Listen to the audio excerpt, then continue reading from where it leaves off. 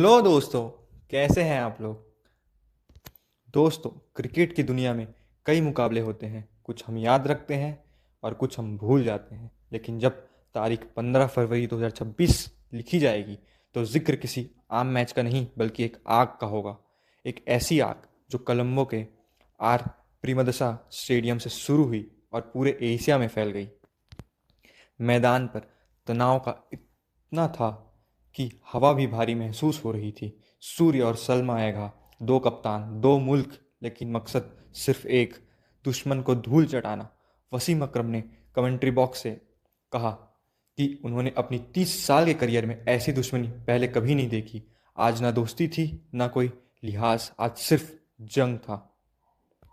क्या आपने कभी देखा है कि कोई टीम जीरो पर पहला विकेट खोने के बाद ऐसा पलटवार करे कि बॉलर का पसीना छूट जाए?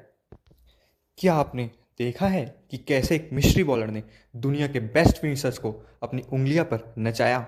आज इस 20 मिनट में, इस वीडियो में आपको ले चलेंगे उस इनिंग के हर एक जज्बात के पीछे, हर बॉल की कहानी, हर ओवर का ड्रामा। मैच शुरू होने से पहले ही माहौल बहुत गर्म था। सूर्या और सलमान अहगा जब टॉस के लिए आए तो उनकी आंखें में एक दूसरे के लिए सम्मान कम और जीतने की भूख ज़्यादा दिख रही थी। हाथ नहीं मिलाया गया और वहीं से साफ हो गया कि आज मैदान पर दोस्ती नहीं, सिर्फ जंग होगी। पिच पर घास थी, बदल मंडरा रहे थे और पाकिस्तान ने टॉस जीतकर इंडिया को पहले बैटिंग का न्योता दिया। इंडिया की तरफ से नए ज़माने की सबसे खतरनाक जोड़ी मैदान पर उतरी। अभिषेक शर्मा और ईशान किशन, दोनों के चेहरे पर फोकस था। पहला ओवर, सलमान एगा खुद बॉल लेकर आए, राउंड द विकेट बिना किसी स्लिप के। यह एक जाल था। अभिषेक ने पहली बॉल समझी, दूसरी बॉल पर डिफेंसिव गया, लेकिन तीसरी बॉल सन्नाटा। एक तेजी से घूमती बॉल और अभिषेक बिना खाता खोले आउट। पूरा भारत जैसे एक पल के लिए थम गया। लेकिन दोस्तों, शेर जख्मी हो तो और खतरनाक होता है। ईशान किशन ने दूसरे ओवर में शाहीन अफरीदी को देखा। शाहीन की वो इन स्विंगिंग यॉर्कर जिसका डर सबको होता है, किशन ने यूज एक कड़क स्क्वायर कट से बाउंड्री के बाहर भेजा। ओवर 2 में 10 रन।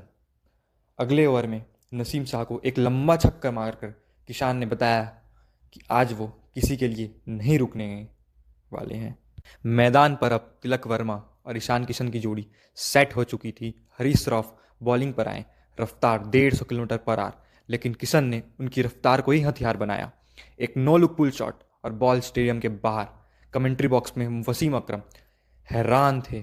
तिलक वर्मा ने भी अपने हाथ खोले और सलमान एगा को एक बेहतरीन स्वीप मारा। पावर प्ले का स्कोर 57 पे 1। इंडिया ने वो फर्स्ट ओवर का झटका भुला दिया था। पाकिस्तान के कैम्प में अब खामोशी थी।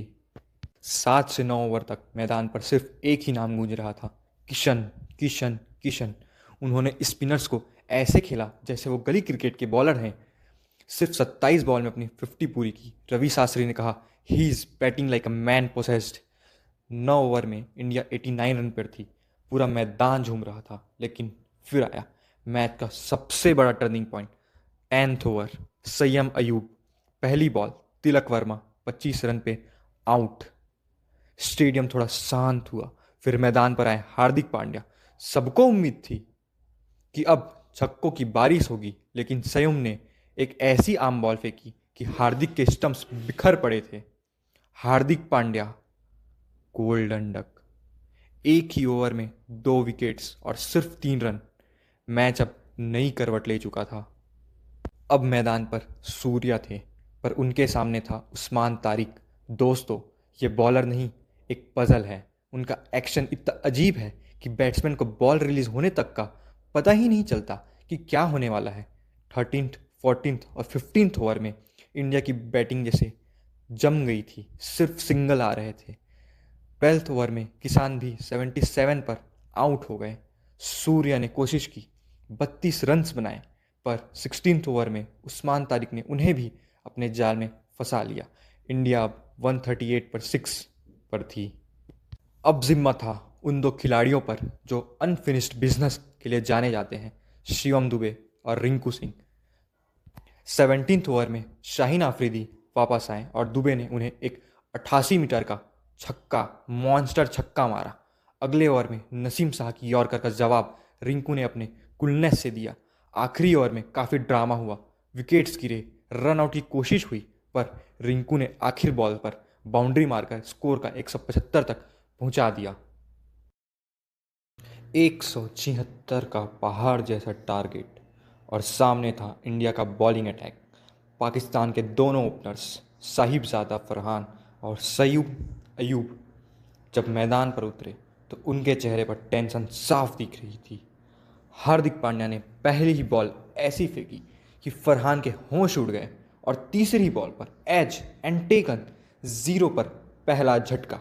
स्टेडियम में इंडिया इंडिया की गूंज ने पाकिस्तान को बैकफुट पर धकेल दिया। अब बारी थी जसप्रीत बुमराह की। वो आए दूसरा ओवर लेके। दोस्तों, बुमराह की बॉलिंग देखकर ऐसा लग रहा था मानो वो आग उगल रहे हों।